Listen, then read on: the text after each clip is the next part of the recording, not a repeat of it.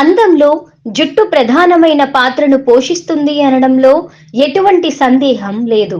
Radiation, chemotherapy కారణంగా జుట్టు కోల్పోతున్న cancer రోగుల్లో ఆత్మవిశ్వాసం నింపేలా విశాఖకు చెందిన బ్యూటీషియన్లు చంద్రకళ, ఆనంద్ దంపతులు తమ జుట్టును క్యాన్సర్ రోగులకు విరాళంగా ఇచ్చారు.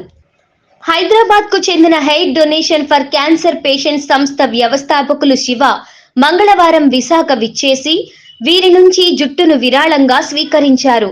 ఈ సందర్భంగా చంద్రకళ మాట్లాడుతూ, క్యాన్సర్ కారణంగా, రేడియేషన్, కీమోథెరపీ కారణంగా జుట్టు కోల్పోతున్న రోగుల ఆవేదన తగ్గించే ప్రయత్నంలో భాగంగా తన జుట్టును పూర్తిగా విరాళమిచ్చినట్లు తెలిపారామె.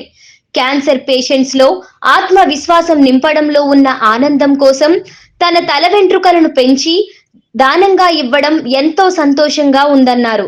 4-5 నెలల్లోనే తన జుట్టు తిరిగి పూర్తిగా వస్తుందన్నారు. ఆనంద్ మాట్లాడుతూ, క్యాన్సర్ రోగులకు జుట్టు దానం చేయడంపై ఇతరుల్లో అవగాహన కల్పించడమే లక్ష్యంగా తన జుట్టును విరాళమిచ్చానన్నారు. తమను స్ఫూర్తిగా తీసుకుని ఇతరులు కూడా జుట్టు విరాళంగా ఇవ్వడానికి ముందుకు రావాలని కోరారాయన.